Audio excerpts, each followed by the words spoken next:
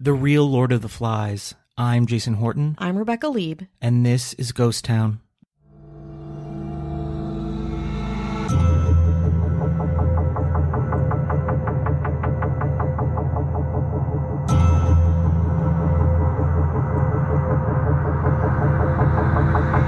English schoolmaster William Golding started writing Lord of the Flies in 1951, a fictional adventure tale of survival that quickly became a bestseller and a classic, something that's still read today. Which makes sense because the themes are truly universal. Darkness and light, innocence and experience, absolute power corrupts absolutely. You get it, it's timeless. But the book is fiction, projection, and speculation.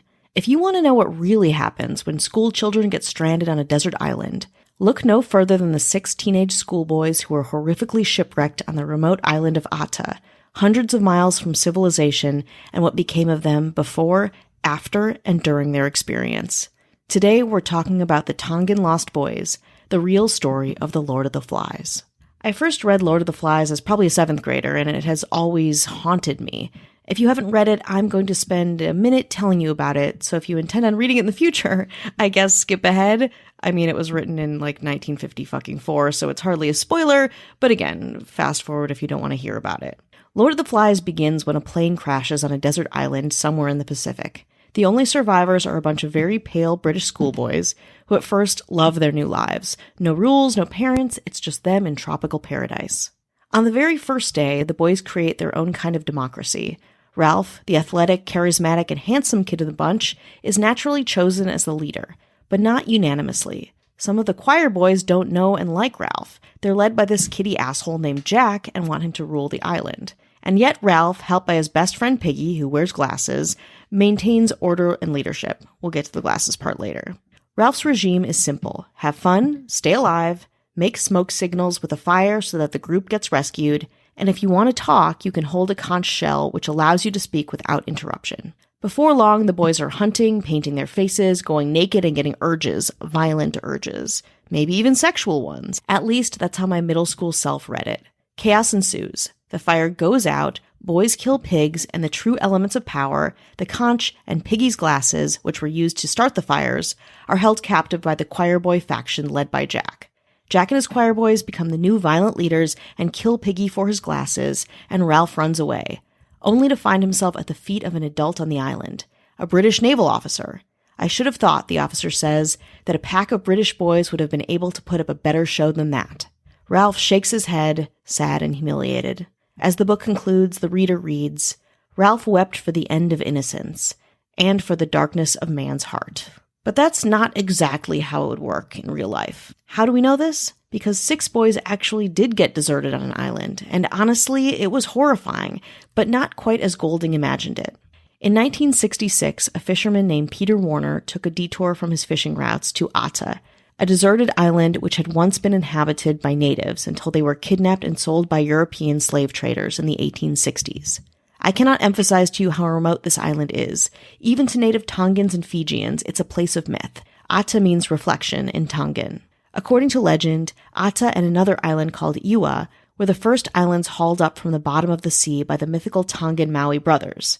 The eldest, Maui Atalanga, and the younger, Maui Kisakisi. It originally had 7 hills, but the brothers stamped on the highest mountain until it was flattened into its surrounding valleys. Soon only 3 hills were left, and the Maui brothers got tired and left. With the following islands they hauled up from the deep ocean, they were careful to keep flat the following islands that they hauled up from the deep ocean. From there, the powerful deity Laufak Anaha, god of the winds, ruled Atta. And again, I'm sorry if I'm mispronouncing these names, doing the best I can, happy for corrections. But let's get back to Peter Warner. Peter Warner was born the youngest son of Arthur Warner, the CEO of Electronic Industries, cool name, one of the richest and most powerful men in Australia.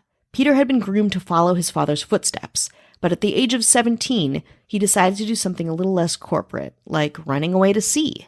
He spent the next 5 years sailing the world, and when he finally returned to Australia, he proudly showed his dad his Swedish captain's certificate. Warner Sr. was not impressed and demanded his son cut the shit and go to accounting school.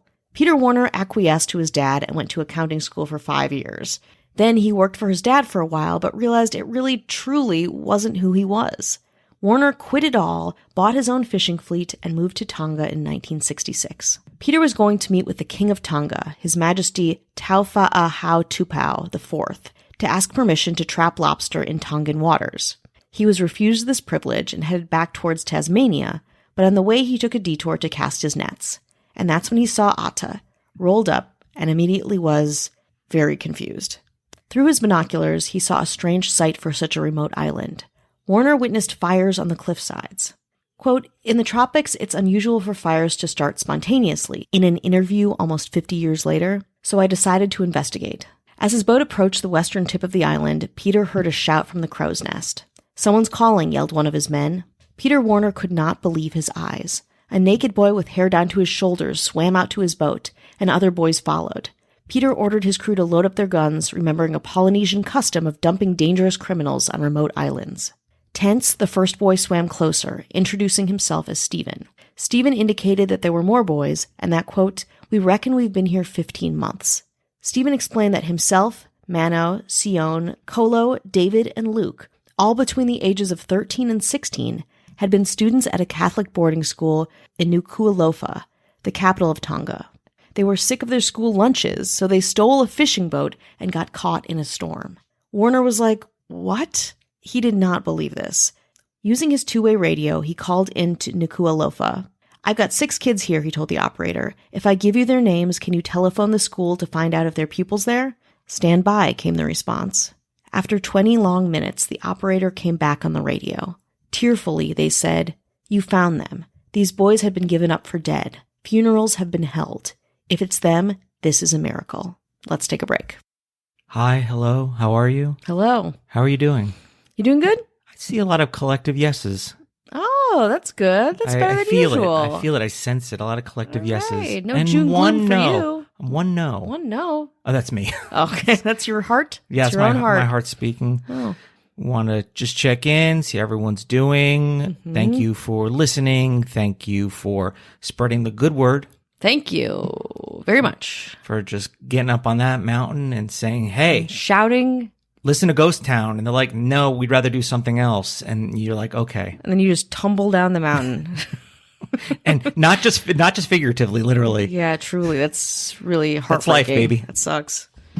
We want to say hello to our government. Of course. Cannot wait to check in with our government. Oof, of course we do. Rock the vote. What year is it? I don't know. I think it's 1993 or 1986. I don't know what year it is. 2003 tops. We want to say hello to the mayor. Front and center. That's right. Dar Rosenzweig. Hello. David Bull. Hi. James Harrington. Hi. Ashley Matson. Hi. Kat Joselle. Hello. And our mayor. Our mayor. Our mayor. A mayor for us and for everyone. Our John Mayer. Oh. You like that? No. Okay. Not fair. really. I don't like it at all. All right. Well, it's, I'm, if I'm more of like if it was Jason Mraz. okay, cool. That's cool, my cool. counterpart. You don't like Dead and you don't like one of the greatest living guitar players of all time. No. You like fedoras. I like San Diego and fedoras a little bit more. Fair. On that note, yes. Our mayor, Avian Noble. If you want bonus episodes, ad-free, no chit-chat, check it out. Patreon.com/ghosttownpod. Now, I've been looking forward to venting. Oh, no. I've actually been looking forward to, I don't know, like just, you ever just do things and you're just like, I like being mad? Like, I'm just like, I want to be mad just for literally the reason I do most things. All right, we got 2 reviews here. Okay. One is worse than the next. Okay, great. This one is 3 stars. Which is, yeah, exactly. A yummy like, 3 stars? No, I'd be like, like, it's like, oh, it's filling. It's not like, 3 stars. It's like, Yeah, it's exactly like that. Okay. I've now listened to 8 episodes and I enjoy the subject matter, but when the hosts go to a break, when they come back, it's 5 minutes of jabber. Maybe come back from the break and say, now on with the story. Then after the story, thank everyone and jabber all you want. Permission granted. I mean, I editorialized that. Yeah. Not in the middle. I really want to /binge this podcast while I work, but I can't take the long pause in conversation in the middle. So the jabber is part of the break. Let's put that out there. Yeah. The jabber And any advertising that happens in the middle, this is the break. Mm-hmm. You're in the break. You're in it right now. Have you ever gone to work? Like you're at work and you work, and then you're like, oh, let's take a break. Mm-hmm. It's not do more work. It's like water cooler talk. Yeah. That's what we're doing right now. Sometimes it's longer. Sometimes it's shorter. Would you rather have it like this? I was listening to a podcast the other day where it was like 3 ads right in the beginning. Right after the cold open, you're getting momentum. You want to get into. Is that what you want, people? You don't want that. And the reason they're doing that is they got you hooked. You're in there already. And there's chances are that's the politics and the advertising nature of this. I get it. I don't get mad at it. It's part of the thing. Mm-hmm. Things take time. If time is money, if people value their time, it's the nature of it. Do I love it? Not necessarily, but I don't get mad at it personally because do I get annoyed sometimes? Absolutely. Mm-hmm. Sometimes I don't mind. Sometimes I do mind. Sometimes I'm like, yeah, I'll listen to this dumb ad. Mm-hmm. And sometimes I'm like, I don't feel like it and I won't. And I get pretty good at fast forwarding. I think podcasts, and keep this in mind, podcasts have been around for a decent amount of time to kind of know the ins and outs of it and the structure. So the reason we don't have it at the end after we're allowed to say thank you is because no one's going to be listening. Yeah, exactly. Let's be realistic. I mean, come on. That's why. And I understand what you're saying, but just press the fast forward button 1 or 2 more times. I know for a free product, that's tough to press that button. Damn. You don't press many buttons in a day. You're like, I only press 5 buttons a day. And I don't want an extra one. I haven't even gotten to the one. This is the good one. Whoa, you already fired the fuck up. Oh, yeah. I've been looking forward to this one. Okay. Let's hear it. I'm looking forward to this one. So that one is from Tabby Stone, US and A. Again, that one is, and it's a fair suggestion. I get that. Sure. I guarantee a lot of the podcasts, the popular podcasts you love, don't do that. They do it exactly how they want to do it. And you really can't, you can complain to them, but are they going to respond? No. Will we? Yes. Stop the banter. 1 star. We, keep in mind, they're speaking for everybody. Oh, or is this a couple's account? Maybe. We came here to hear about ghost towns. Instead, 50% of the podcast is just you two chatting. Either change the podcast to one about you just two hanging out and chatting, or actually do the podcast you led us to believe we were going to be hearing, Your Honor. I'm editorializing. ETA, I don't know. I don't think it's meant to be ETA. Estimated time of arrival. Again, must have made etc. or kind of PS postscript. Okay. So listen, that's a common mistake, but the fact that you're criticizing us, you don't get the break somebody else does. Exactly. Exactly. Estimated time of arrival. After skipping through the latest full-length episode, I hear you only want to give people no chit-chat if they pay for it. Gross. Let me start by saying, okay. Do you speak for everybody? We never led anyone to believe this has been around for over 4 years now. How many episodes are about ghost towns? Very few. There's we're going on 400 episodes. I have a newsflash. I have an ETA for you, and that is there's not that many ghost towns that are interesting out there. No, unless you want to talk because it's literally just that. Yeah. And so the fact that you thought that, totally understandable. There's a lot of podcast names out there. You're like, oh, this isn't exactly. I mean, there's a podcast out there called The Dollop. Very popular one. It's like history. Yeah. It's not about ice cream. No. Well, I want to hear about dollops of sour cream. I want to hear about, and listen, I understand. I understand when people are like, oh, I want to only hear about ghost towns. You should know pretty quickly. You shouldn't have to, you could just scroll for a second and know this is not about ghost towns. Yeah. And move on. And I get that. But don't get mad when you're like, well, I'm going to listen anyway about a weird Pizza Hut or a true crime and it's not a ghost town. That's on you at that point. Yeah. The part that really gets me upset is when they do not contextualize, when they say you only want to give no chit chat for people that pay. That's not true. It's ad free and no chit chat. Yeah. Now, if you think we're the very first podcast that has an ad free option, maybe this is your very first podcast. Maybe this is the first time you've pressed a button on the internet. I'm really into button pressing. Yeah, I mean, I like this heated version of you. We have a tranquil story of boys getting shipwrecked, and now we get to Jason. They think they have problems? Yeah. Have they ever got a bad review on a podcast? No, I don't think so.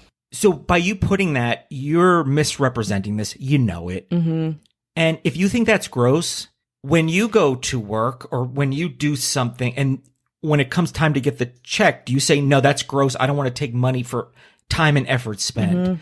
So... if you think we're making a lot of money on this podcast, You're sorely mistaken. I wish I could tell you it was something different. I really wish I could, but it's not. And that's just the way it is. And that's totally fine. We love talking about what we talk about. The reason Ghost Town covers a lot of different, like, kind of darkish subjects is because we can keep it interesting for us and hopefully people that are listening, and even more importantly for us. Yeah. You're also acting as if we are not owed any compensation and just need to deliver the goods to you the as way you want like it. No, exactly. Exactly. As if we don't pour over this, as if this isn't like another full-time job that like we don't get paid adequately for. So when you say it's gross to have, and you're leaving out the ads part, which is convenient. That's the first thing I say. And you think that's gross. I wonder if, I know you listen to other podcasts that have an ad-free option, probably have a lot more ads. Right? Mm-hmm. Yeah. I mean, that's just that's just the nature of the thing. They realize they listen to metrics and like we can fit this many ads in, and it's not just in the middle. It's like you said, after the intro. Totally. Then we'll sneak it in. And, they put a lot of production and time in and whatever it takes. And they're basically corporations. Mm-hmm. But the fact that we say, hey, for $2 a month, 8 episodes, by the way, in that month, for an ad-free and no chit-chat option. And there are people that say, I like the chit-chat. Yeah. So I know you're saying we because you think you speak for everybody, and maybe that's just your personality, but you don't speak for everybody. What about the person that says, I like the chit chat? So then now you're negated. Do you see how that works? So when you kind of posture this as we're saying like, oh, we're holding you hostage or whatever, that's the nature of the podcasting world that has been out now. Like, it's been a pretty solid model for a long, it's not like a new fringe thing. You're purposely omitting things to make it seem like, you've been done wrong. It's like, oh, hey, we want some conflict full diamonds. We want to buy some conflict full diamonds. So give us $2. And that's what the low end tier is. Yeah. To have ad free. Maybe you think this isn't as valuable as some of the other bigger podcasts, and you're an elitist because you think like I should get this for free. And it's disgusting the way you spend time and money on something and you want something for it. Should I be paying you every time you listen to it? Listen, would I do that? I don't know. I also want to apologize to everyone who's listening too. We dug in deep on this guy. Because I think it's really unfair to leave a public comment and purposely omit things. That's unfair. If you said ads and chit chat and it's gross, that's different because at least then people can be like, well, advertising is, I don't know. Do you get mad when you watch in the history of television, or you go to a movie and there's a trailer? Do you just yell gross? You must yell. Do you see a billboard and you're like, gross, gross, gross. That's gross. This is gross. Everything's gross. Or are you like, well, it's like a big corporate thing with like celebrities, so I don't mind. Mm-hmm. So you are an elitist by this comment, I feel like. Yeah. And if you're a first time listener, I usually don't talk this long. About anything. This is probably unprecedented. This is the most fired up I've seen you in a very long time. I take it. I feel like it's an affront on both of us, and I'm very, very defensive. And most of the time when people leave bad comments, I'm like, that's a fair. I'm always kind of like, I get it. That's like a fair thing. But when you're misrepresenting what we do to make us look bad, gaslighting, maybe, can I throw that word in there? Yeah, why not? Then, and you know what you're doing, and that, my friend, that's gross. Whoa. And this has been the Gross Report with Jason Horton. Oh, whoa. I feel grossed out. There's a third comment. 311 stars. Jason is hot. Whoa. I'm not even bother saying nothing about me? Damn. Not this time. No. Damn. No. Well, but that is from Solitary Bean. That's real? Yeah, that was no. This is that's from Stop the Banter Crusade. Got it from the US&A. But thank you for listening and thank you for the review. You're still being gracious and thanking them. You are wrong, but I hope it gave you something that you were looking for that day, and it maybe feel a little bit better. And I'm glad we were able to give that to you for free. Okay, well, anyway, on that note, let's get back to June of 1965. Take me back to a fun deserted island. Yeah, let's get you into a more relaxed zone, a shipwreck, shall we? So, in June 1965, for decades, people have been trying to construct what exactly happened to Stephen, Mano, Sion, Kolo, David, and Luke on that island. But again, I'm no different. Here's what I've pieced together with special thanks to journalist Rutger Bregman, specifically, who I take a lot of information, a lot of interviews from for this episode. In June of 1965, Luke Vikosua, Tevita Siolaa, Kolo Fekitoa, and Mano Toteo were all students at St. Andrews, a strict Catholic boarding school in Nuku'alofa. And again, I'm sorry if I'm pronouncing these names wrong. I tried to practice a little bit. Please correct me if you know better, and I'm sure you do. The oldest was 16, the youngest 13, and they had one main thing in common. They hated school and loved adventure, specifically at sea. So they came up with a plan to escape to Fiji, which was about 500 miles away, or maybe all the way even to New Zealand to create a life at sea instead of at school. Lots of other kids at school knew about it, Mano recalled, but they all thought it was a joke. Because none of them owned a boat, they were kids, they decided to borrow one from a fisherman that they all actively disliked named Taniela Uhila. They brought 2 sacks of bananas, coconuts, and a small gas burner with them and headed out. I know what you're thinking. No, they didn't bring a map or a compass. It just didn't occur to them. And surprisingly, not one of them were good with boats. Only the 13-year-old, yes, the 13-year-old, David, even knew how to steer, which according to him was, quote, why they wanted me to come along. That night, the night that they left with a stolen boat, the 6 of them fell asleep. A few hours later, they woke up to a horrible storm. The wind tore the sail to shreds and the rudder broke. The boys drifted for 8 days without any extra food or water than what they had brung. They tried to catch fish, but weren't so lucky.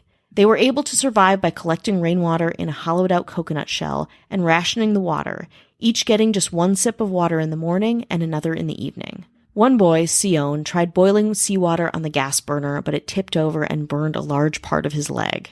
On day 8, they spotted Atta. But just so you know, Atta isn't like a tropical island paradise with sand and trees and beaches. Like the legend reflects, it's mostly just a giant rock, jutting up more than 1,000 feet out of the ocean, and was widely considered to be unlivable for hundreds and hundreds of years. The boys had drifted more than 100 miles off course and landed on the uninhabited island of Atta. The boat eventually crashed onto Atta's rocky shore and shattered as the boys scrambled to safety on land. Mano remembers, quote, when I reached shore, I tried to stand up, but when I stand up, the whole world is spinning. So I laid down and crawl ashore, and when I touch the grass, then I lie down. The first night on the island, Stephen, later who became an engineer, attempted to start a fire. The flame did not go out for more than a year, the boys working so hard to keep it lit in hopes of rescue. The kids then realized that they had to work together, or they would die. In teams of 2, they would rotate jobs, gardening, making food, and guard duty. If they fought, the parties in question would separate for at least 4 hours, going into a timeout, and then coming together and apologizing for what they said and what they did. The boys lived on wild birds, fish, and taro root. They captured feral chickens and found bananas from trees that were cultivated on the island before. Like I said, and want to emphasize, it was completely evacuated 100 years prior. They captured rainwater using hollowed-out logs, and when they ran out of water, they drank blood from seabirds. The boys' days began and ended with singing and prayers. Kolo fashioned a makeshift guitar from driftwood, half a coconut shell, and 6 steel wires salvaged from the wrecked boat, an instrument Peter has kept all of these years, and played it every day to keep the boys' spirits up in the heat, the hunger, the hopelessness, and the feeling that they would all die on this giant rock of an island. One day, Stephen slipped and fell off a cliff, breaking his leg. The other boys went down the cliff to find him and helped him back to camp, then, together, set his leg using sticks and leaves, like little doctors. As if that wasn't heartwarming enough, the other boys did Stephen's work while his leg set, and literally healed and tended to him so that he could eventually walk again. Instead of a dystopia, it was extremely functional. And when the boys were finally rescued on Sunday, September 11th, 1966, they were in pretty good physical health, albeit very mentally broken. By the time we arrived, Peter Warner wrote in his memoirs, these young teenagers had set up a small commune with food garden, hollowed out tree trunks to store rainwater, a gymnasium with curious weights, a badminton court, chicken pens, and a permanent fire, all from handiwork, an old knife blade, and much determination. When Warner and the 6 castaways arrived back in the next biggest city, Nuku'alofa, they didn't find a hero's welcome. Instead, police immediately boarded Warner's boat, arrested the boys, and threw them in prison. Taniela Uhila, whose sailing boat the boys had borrowed 15 months earlier, had heard the boys had been rescued and was furious, deciding to press charges. Fortunately for the boys, Peter Warner was, like his father before him, extremely enterprising. It occurred to him that people would be interested in the boys' dramatic shipwreck story, maybe even for a movie. So Warner called up the manager of Channel 7 News in Sydney. Quote, "You can have the Australian rights," he told them. "Give me the world rights. Then we'll spring these kids out of prison and take them back to the island."